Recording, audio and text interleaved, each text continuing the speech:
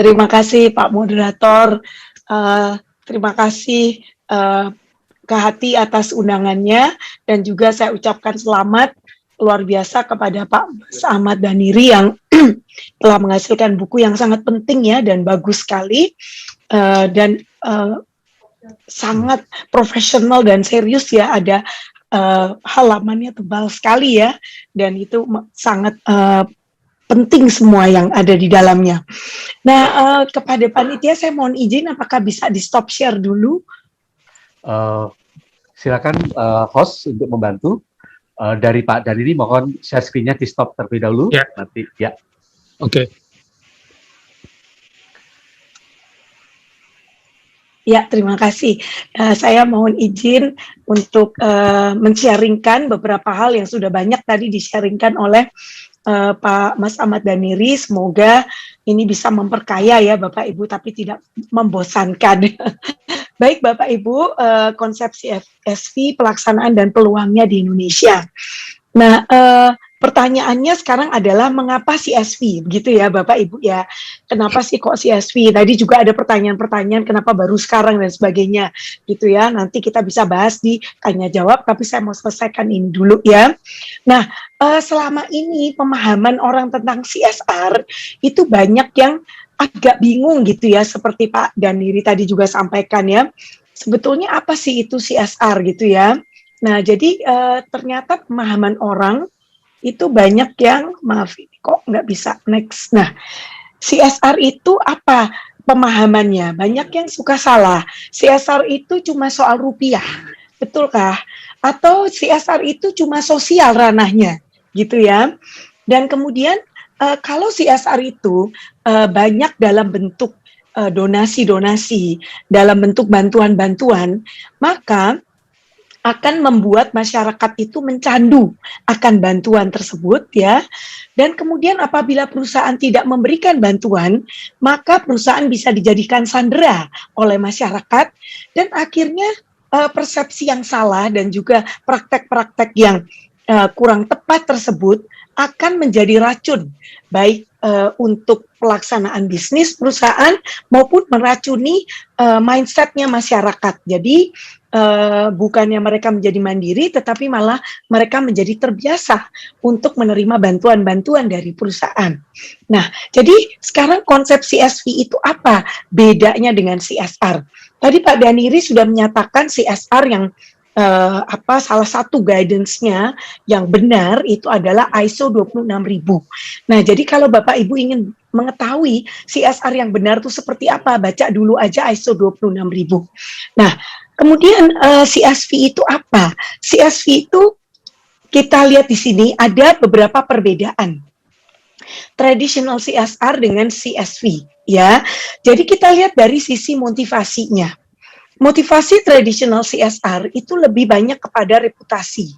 Sedangkan CSV itu adalah untuk memenangkan persaingan bisnis. Jadi competitive advantage.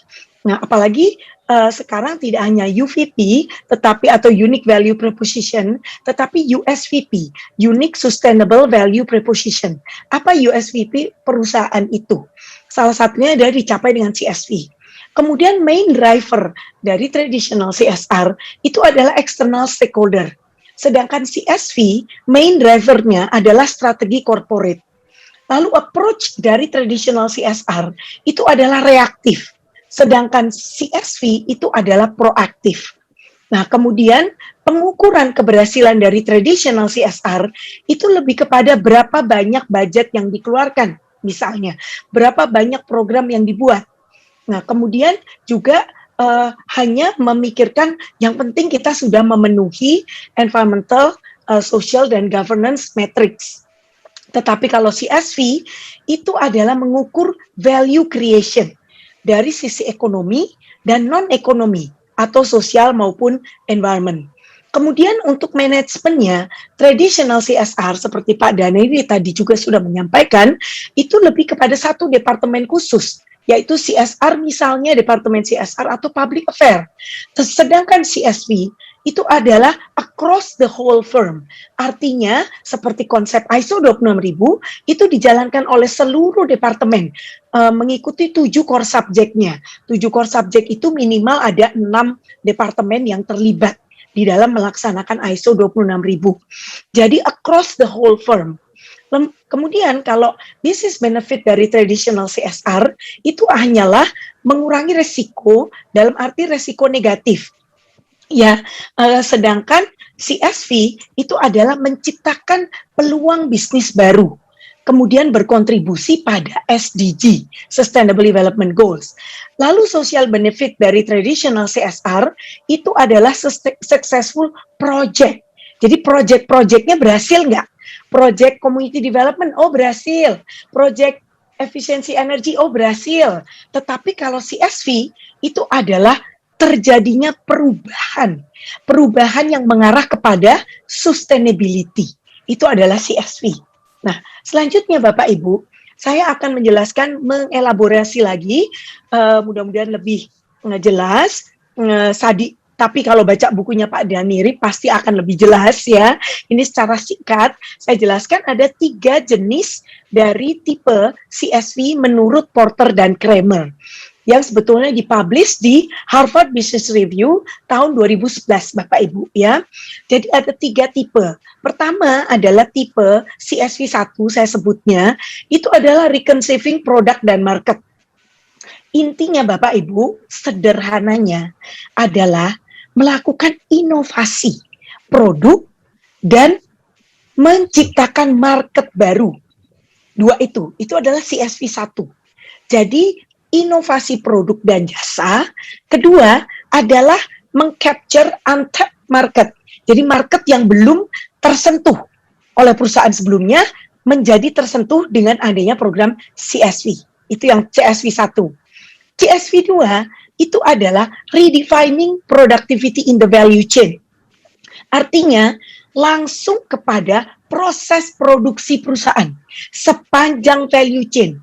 Bagaimana bisa menciptakan efisiensi resources, baik itu adalah energi, kemudian capital, kemudian juga mungkin air, kemudian human capital, dan sebagainya. Semua resources dibuat efisiensi.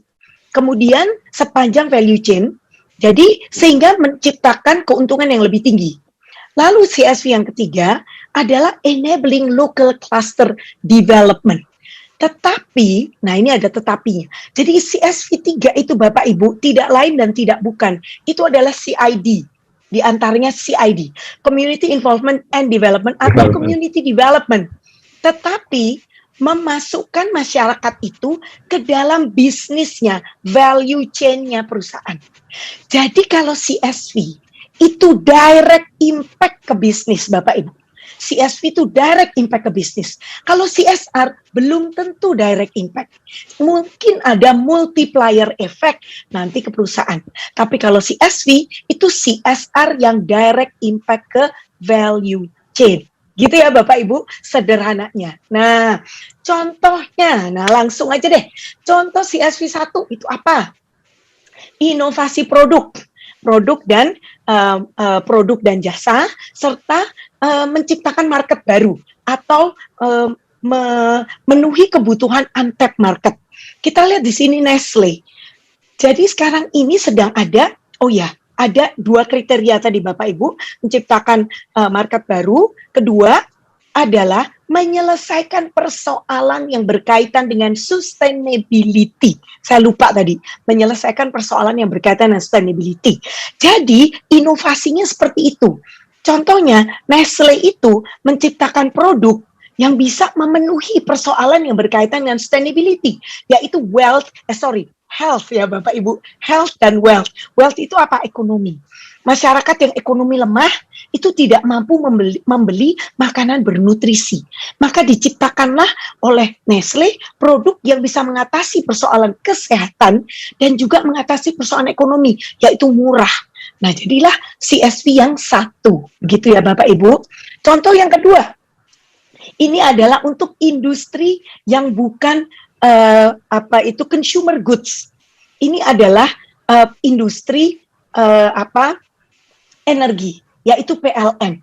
PLN jadi untuk memproduksi listrik menggunakan batu bara yang menghasilkan limbahnya tuh faba, fly ash, dan bottom ash. Fabanya itu bisa diolah Bapak Ibu menjadi batako. Batakonya itu ternyata bisa menciptakan nilai ekonomis. Kemudian dengan adanya kegiatan ini, maka bisa membuat program community development PLN lebih efektif. Jadi ada share value-nya kepada masyarakat dan kepada perusahaan. Jadi limbahnya perusahaan itu bisa diolah oleh masyarakat. Maka itulah share value-nya kepada perusahaan, tidak hanya kepada masyarakat. Selanjutnya CSV yang satu masih lagi Bapak Ibu, ini adalah perusahaan pegadaian. Pegadaian itu dari sampah bisa diubah, ditukar menjadi beli emas. Bayangkan Bapak Ibu, dari limbah bisa menjadi beli emas. Akhirnya terciptalah market baru. Market baru, orang yang nggak mampu beli emas, bisa beli emas. Kok dari sampah? Luar biasa ya. Nah, jadi ini contoh CSV 1. Kemudian CSV 1 masih Bapak Ibu, yaitu limbah. Limbah lagi, itu digunakan, diubah menjadi pelet untuk pembangkit listrik. Nah, ini juga sama, share value untuk masyarakat. Dengan membuat ini, ada mereka mendapatkan nilai ekonomis dan perusahaan pun bisa menghemat biaya energi. Nah, share value Bapak Ibu. Sekali lagi kuncinya directly impacting the business. Jadi bukan indirect impact ya. Lalu yang kedua, CSV 2 contohnya, ini adalah meningkatkan efisiensi value chain-nya perusahaan, proses produksinya dari hulu ke hilir perusahaan ditingkatkan. Jadi contohnya dengan melakukan efisiensi energi. Lalu juga sustainable supply chain. Perusahaan memberikan training kepada supplier-nya, menciptakan sistem sustainable supply chain sehingga terjadi penghematan di dalam supply chain perusahaan. Jadi itu directly affecting efisiensi bisnis. CSV yang kedua ya Bapak Ibu. Satu lagi yang terakhir CSV yang ketiga. CSV yang ketiga adalah community development, tetapi masyarakat langsung menjadi bagian dari value chain-nya perusahaan. Nah, contoh Pertamina Lubrikan itu memberikan program Enduro Student Program kepada masyarakat supaya mereka itu bisa menjadi sellernya dari produknya perusahaan, dari olinya perusahaan. Itu di Cilacap, kebetulan kami waktu itu menjadi mitra dan membantu mereka untuk membina masyarakat bisa menjadi mekanik yang ditempatkan di bengkel-bengkel setempat, kemudian akhirnya mereka membuat bengkel sendiri, menciptakan kewirausahaan, kemudian mereka juga menjual produk-produknya Pertamina. Itu CSV yang ketiga, Bapak Ibu, ya, menjadi sellernya, ada di hilirnya, dia menjadi distributor. Kemudian yang kedua, Gajah Tunggal punya GT Politeknik, itu mereka lulusannya masuk menjadi input perusahaan, yaitu menjadi sumber daya karyawan bagi perusahaan. Jadi value chain itu adalah SIPOC Bapak Ibu, supply, input, proses, output, customer, supplier dan input. Nah, kalau proses, output dan customer. Jadi kalau Pertamina Lubrikan, outputnya itu resellernya masyarakat. Kemudian kalau Gajah Tunggal, inputnya itu dari masyarakat melalui politekniknya. Jadi kemudian yang ketiga itu adalah contoh Komdev agar perusahaan agar masyarakat bisa menjadi vendor atau supplier pada perusahaan. Jadi masuklah ke dalam SIPOC tadi, supplier dan input, proses, output, customer. Nah, jadi seperti itu ya Bapak Ibu. Sekali lagi direct impact kepada bisnis. Ini contoh CSV yang ketiga. Nah, jadi peluangnya Bapak Ibu ini menarik sekali. Kementerian BUMN itu menganjurkan seluruh perusahaan BUMN untuk melaksanakan CSV, minimal satu program. Kebetulan saya mendapat amanah waktu itu untuk menjadi konsultan Kementerian BUMN untuk membuat grand design CSR-nya BUMN di Indonesia. Salah satunya adalah memasukkan CSV ke dalam program-program CSR-nya BUMN. Kemudian yang kedua, CSV itu sudah terbukti meningkatkan kinerja finansial dan non-finansial dari perusahaan. Jadi kinerja ESG. By the way, saya juga bangga, terima kasih Kehati, saya adalah komite ESG-nya Sri Kehati ya Bapak Ibu. Jadi terima kasih Kehati, memang luar biasa. Lalu yang ketiga, filantropi yang strategis, itu melalui social investment dapat juga menjadi CSV. Nah, filantropi tapi yang strategis. Jadi kalau dalam ISO 26000 itu namanya social investment, Bapak Ibu. Ya, Pak. Baik, Bapak Ibu, untuk yang pertama bagaimana meyakinkan pimpinan. Pertama itu ada satu konsep namanya show me the money model. Jadi show me the money model itu konsepnya ada di buku Sustainability Handbook ya. Jadi kita harus mampu menunjukkan kepada pimpinan kita business case dari program CSR itu apa yang menciptakan, ya maksudnya CSR yang mengandung CSV di dalamnya. Jadi bagaimana kita bisa menunjukkan ini nanti ada untungnya direct impact loh ke bisnis. Kayak itu ada hitung-hitungannya. Kebetulan pertanyaannya sekaligus Pak Lutfi ada mengenai SROI ya, Social Return on Investment juga ya. Nah ini saya mencoba menggambarkan ya Bapak Ibu sekalian, bagaimana sih kaitannya antara CSV, CSR, ISO 26000 dan SDG. Ini saya buat gambar seperti ini, mudah-mudahan mempermudah. Jadi seperti Pak Daniri tadi sampaikan, CSV itu harus dimulai dari perencanaan bisnis. Jadi di awalnya. Jadi perencanaan bisnis itu mengintegrasikan konsep CSV. Mau CSV 1, yaitu inovasi, produk jasa, menyelesaikan persoalan sustainability, menjangkau untapped market, itu CSV 1. Atau CSV 2, mau kita produktivitas dengan cara efisiensi, meningkatkan produktivitas dengan cara kita kasih training ke supplier supaya mereka produk yang disuplai ke kita itu memenuhi standar kita. Jadinya kita mengurangi biaya reject misalnya, produk-produk gagal misalnya. Jadi itu sepanjang SIPOC, itu CSV 2. Atau CSV yang ketiga, membina komunitas supaya mereka bisa menjadi supplier kita. Nah itu kan berarti semua perencanaan bisnis. Tidak bisa hanya departemen CSR aja yang melaksanakan. Tetapi mulai dari R&D Bapak Ibu. Dari R&D sampai departemen operation ya, sampai ke marketing coba Bapak Ibu. Jadi semuanya itu sudah dari awal, itu sudah melakukan planning.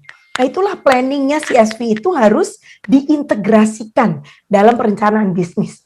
Lalu aktivitasnya. Nah, aktivitasnya kalau kita ngikutin ISO 26000 Bapak Ibu, aktivitasnya tetap namanya CSR. Jadi jangan bingung ya Bapak Ibu ya.